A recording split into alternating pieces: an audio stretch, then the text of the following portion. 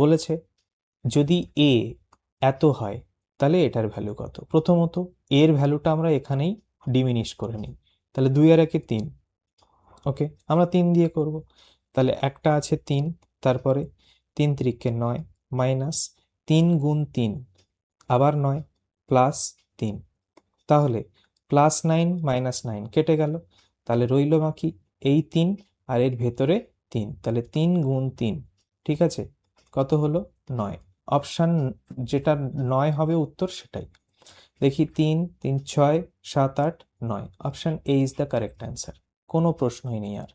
Option যদি p99 হয় তবে p into P square plus 3p plus 3, এগুলো কি হবে? তাহলে এটা আমরা কি জানি?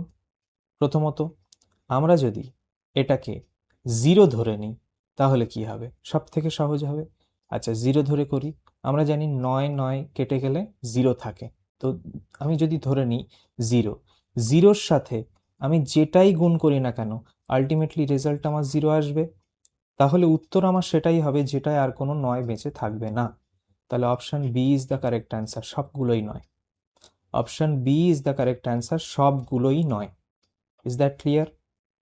আশা করি ক্লিয়ার হয়েছে সবার। ওকে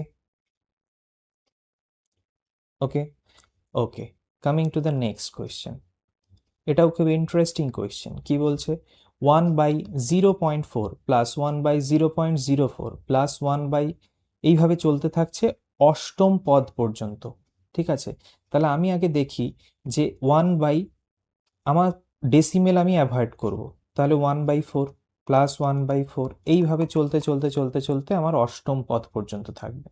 আমি যদি প্রথম পদটাকেই দেখি, প্রথম পদটাকে আমি কনভার্ট করে নিই, কি করব? নিচে আমি 7 দিয়ে গুণ করব, 28, 28 মানে 1, ওপরে আমি 7 দিয়ে গুণ করব, তাহলে এটা আমার হয়ে গেল 7।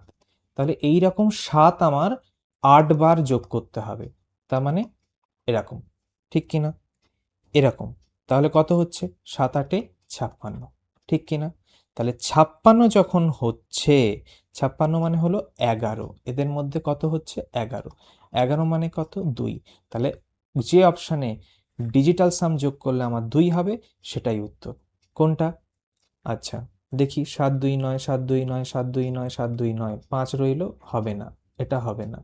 আচ্ছা এবার দেখি 5 7 9, আচ্ছা 5 10, আচ্ছা 5 7 9 2 9, 5 5 10 15, 15 মানে 6, এটাও হবে না, ঠিক আছে। এটা দেখি 7 2 9 কেটে গেল, 1 2 3 4 5 6, 6 7 42 আর 5, ওকে 47, তাই তো? ওকে 47, তাহলে 47 মানে কত হচ্ছে? 11, 11, তাহলে 11 মানে 2, option C is the correct answer.